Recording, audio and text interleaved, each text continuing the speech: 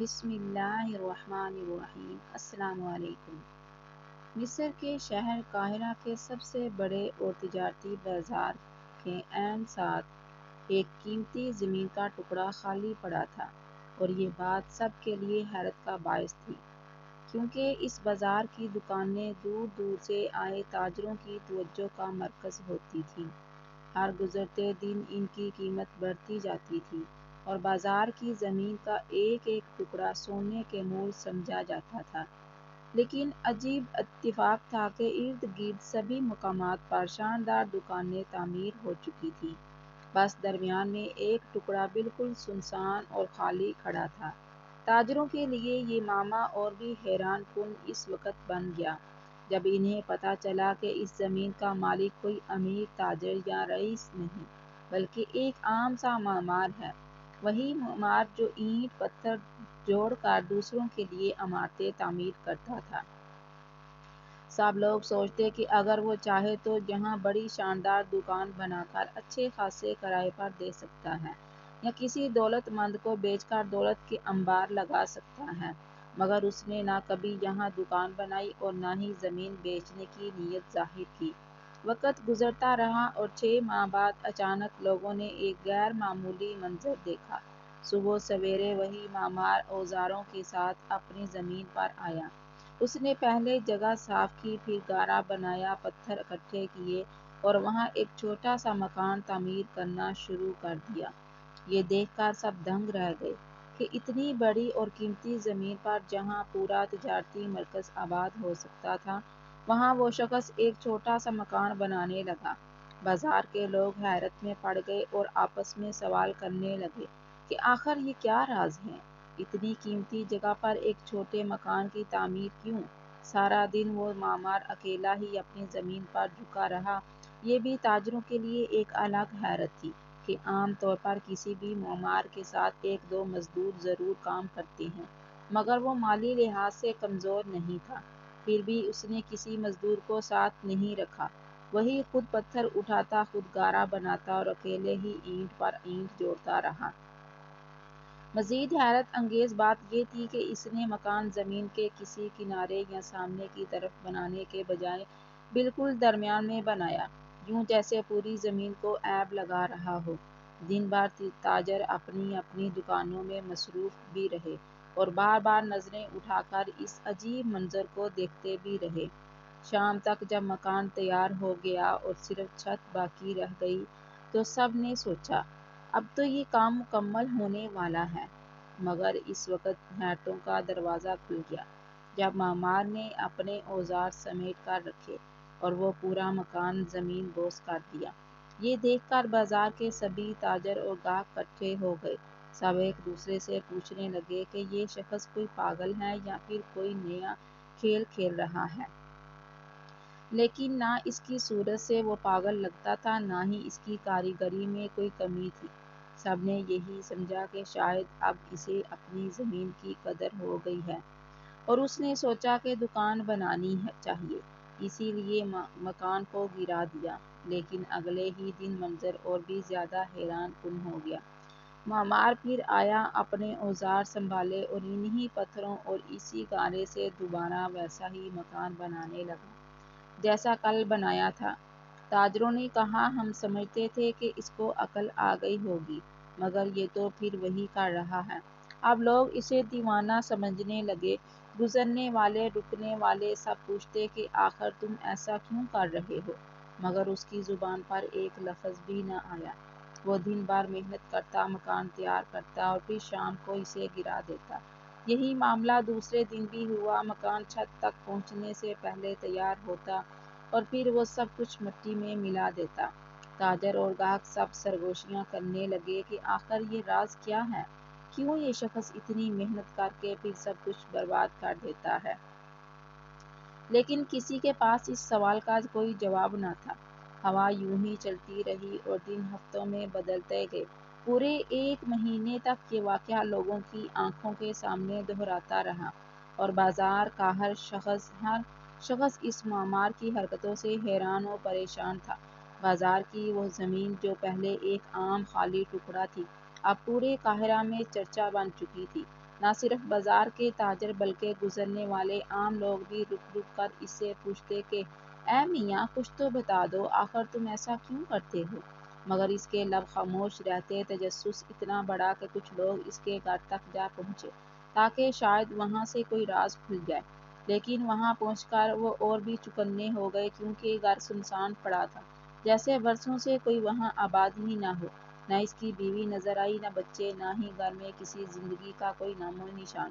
سب یہ دیکھ کر اور بھی تجسس میں پڑ گئے۔ کسی نے کہا کہ شاید اس کی بیوی اسے چھوڑ کر چلی گئی ہے اور غم کی شدت نے اسے دیوانہ بنا دیا ہے۔ کوئی کہتا کہ یہ معمار اپنی زمین کو مشہور کرنے کے لیے ایسی حرکتیں کر رہا ہے تاکہ لوگ باتیں کریں اور قیمت بڑھ جائے۔ کچھ کا خیال تھا کہ شاید وہ دولت مند نہیں، اس لیے دکان بنانے کے بجائے کچے مکان بنا کر اپنا شوق پورا کرتا ہے اور شام کو توڑ دیتا ہے۔ لیکن سچ یہ تھا کہ جتنی آنکھیں تھیں اتنی ہی اندازے تھے۔ ہر زبان اپنی کہانی گڑال لاتی اور ہر محفل میں اسی معمار کے قصے سنائے جاتے، یہاں تک کہ وہ شخص پورے علاقے کا موضوع بن گیا۔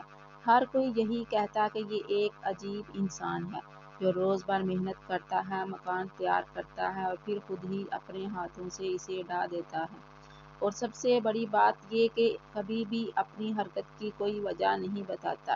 وقت گزرتا رہا، یہاں تک کہ ایک دن سلطان صلاح الدین ایوبی رحمۃ اللہ علیہ اپنے چند قریبی ساتھیوں کے ساتھ قاہرہ کا عظیم اور مشہور بازار کے دورے پر نکلے۔ یہ وہی بازار تھا جسے مصر کا سب سے بڑا تجارتی مرکز سمجھا جاتا تھا، جہاں دور دور سے تاجر آ کر اپنے سودے بیچتے اور خریدتے تھے۔ اس دن عصر کی نماز کا وقت قریب تھا اور حسب معمول وہی معمار اپنے معمول کے مطابق دن بھر مکان بنا کر اور پھر گرا کر وہاں سے جا چکا تھا، مگر اس کی زمین خالی اور مٹی پتھروں سے کے ڈھیر کی طرح پڑی تھی۔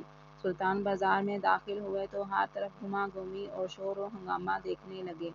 لوگ خریداری میں مصروف تھے اور تاجر اپنے اپنے گاہکوں کو سنبھال رہے تھے کہ اچانک سلطان کی نگاہ بیچ بازار میں موجود اس خالی زمین کے ٹکڑے پر پڑی۔ سلطان لمحہ بھر رکے اور تجسس سے پوچھا، یہ زمین کس کی ہے؟ اور اتنی قیمتی جگہ جو بازار کے عین وسط میں ہے، آخر ابھی تک یوں بیکار کیوں پڑی ہے؟ یہ سوال سنتے ہی تاجروں کا ایک ہجوم اکٹھا ہو گیا اور سب ایک ساتھ بول اٹھے، حضور، یہ زمین ایک معمار کی ہے، مگر وہ بڑا ہی عجیب اور دیوانہ آدمی ہے۔ سلطان کے چہرے پر حیرت اور تجسس نمایاں ہوا۔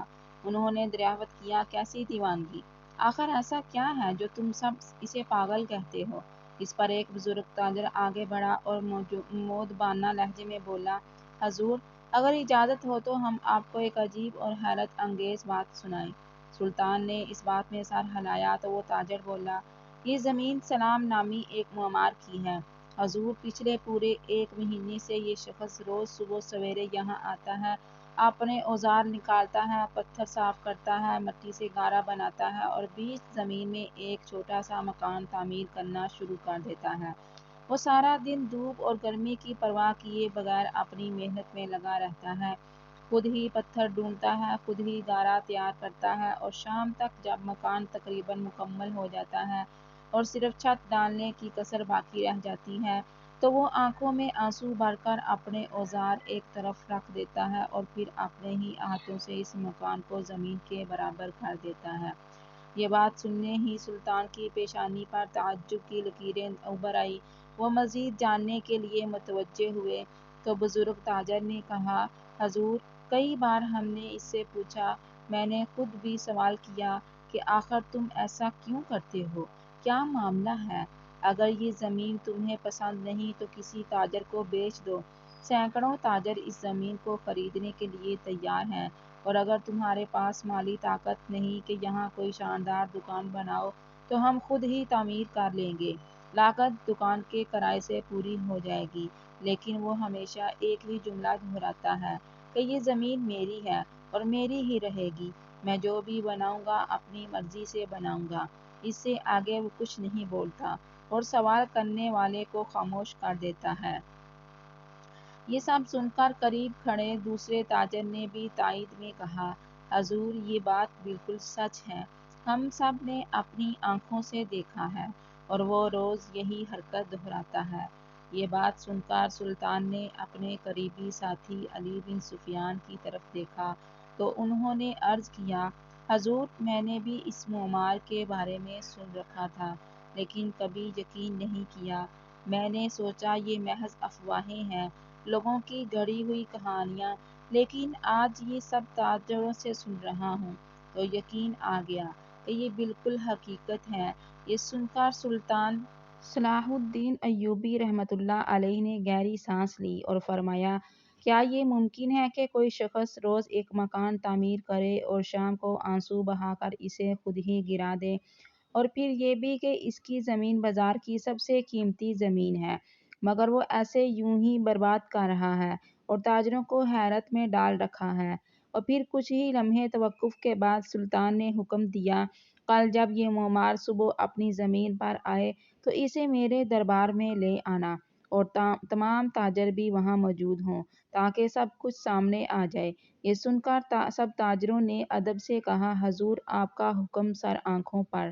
اگلے دن جب دربار سجا تو معمار سمیت سب تاجروں وہاں موجود تھے۔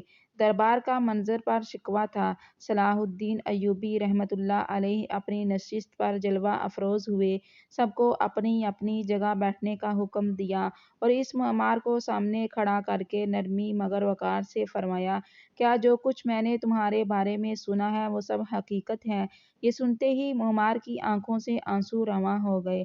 وہ روتے روتے بولا، حضور، یہ سب سچ ہے لیکن یہ ایک راز ہے اور میں چاہتا ہوں کہ یہ راز راز ہی رہے۔ یہ سن کر سلطان صلاح الدین ایوبی رحمۃ اللہ علیہ نے سخت جذبات کے ساتھ کہا کہ تمہاری یہ عجیب و غریب حرکت دیکھ کر لگتا ہے تمہیں اندر سے کچھ ٹوٹ گیا ہے۔ اپنے راز کے بارے میں کھل کر بتاؤ تاکہ لوگوں کو تمہاری کہانی سے سبق ملے۔ اس نے آہ بھر کر کہا، حضور، یہ ایک دکھی داستان ہے۔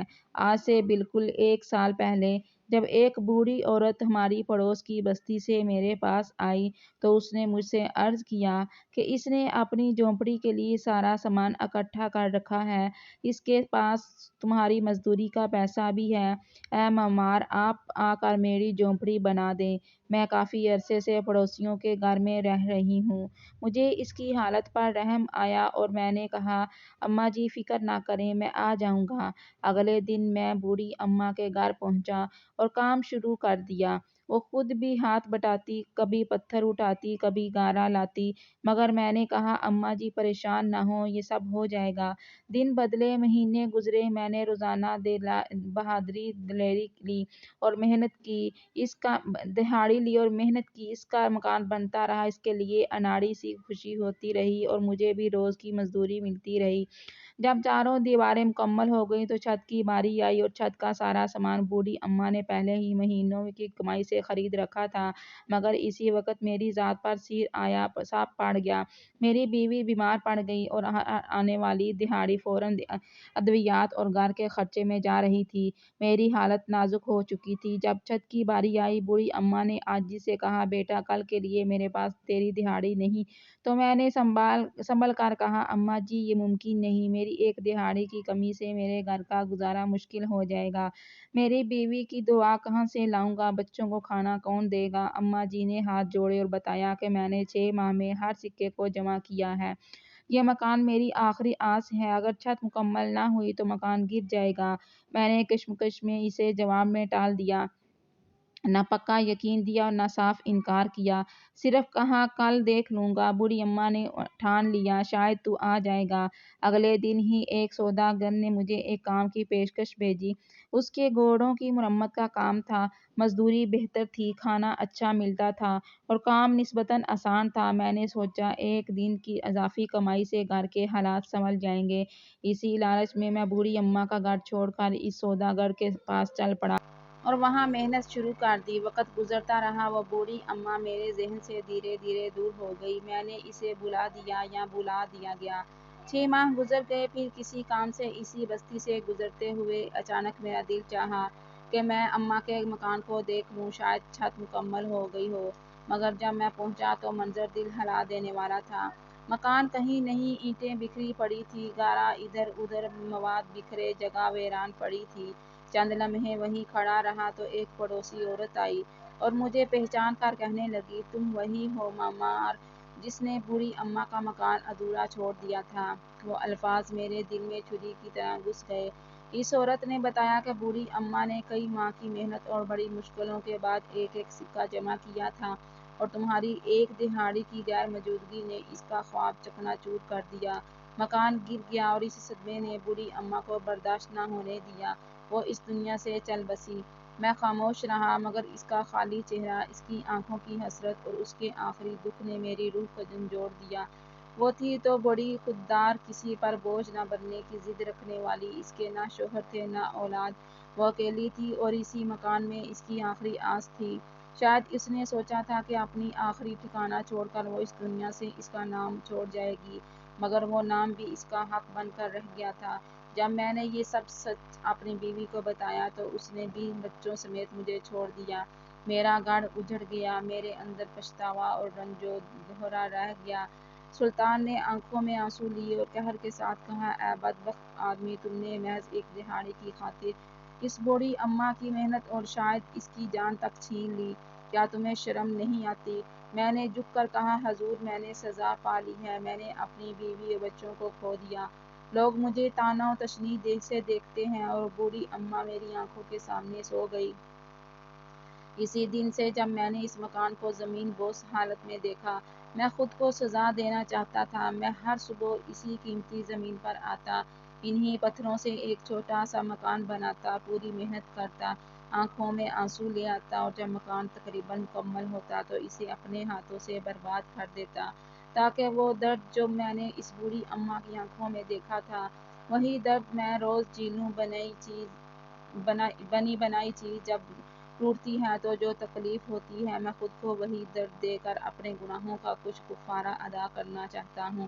میں مرتے دم تک یہی اذیت سہنا چاہتا ہوں، تاکہ شاید میری اس بدکاری کا کچھ ازالہ ہو سکے، کیونکہ وہ بوڑھی اماں تو اس دنیا سے چلی گئی اور اس کی کوئی اولاد نہ تھی جس کے پاس جا کر معافی مانگ سکوں۔ اس لیے میں نے اپنے رب سے معافی مانگی اور خود کو اذیت میں رکھا۔ سلطان نے سخت لہجے میں کہا کہ یہ سب باتیں تمہیں زندگی میں پہلے سوچنا چاہیے تھی۔ یہ عمل کر کے تم اپنے گناہوں کا کفارہ ادا نہیں کر سکتے۔ سچے توبہ کا تقاضا ہے کہ اللہ کے حضور حاضر ہو کر سچی توبہ کرو اور اس کے حقوق کی روانگی کے لیے جو ممکن ہو وہ پورا کرو۔ اور پھر کہا جاتا ہے کہ اسی کے بعد وہ معمار اس علاقے کو چھوڑ کر کہیں ہمیشہ کے لیے چلا گیا اور مقامی لوگوں نے اسے پھر کبھی نہ دیکھا۔ یوں اس معمار کی یہ دردناک داستان زمانہ تاریخ میں یاد رکھنے والی ایک عبرتناک بن کر رہ گئی۔ آپ کو اگر ہماری یہ کہانی اچھی لگی ہو تو اس چینل کو جلدی سے سبسکرائب کر لیں، تاکہ ہر آنے والی ویڈیو آپ تک بآسانی پہنچ سکے اور آپ ہماری کہانیوں سے دل کو خوش کر سکیں۔ اللہ حافظ۔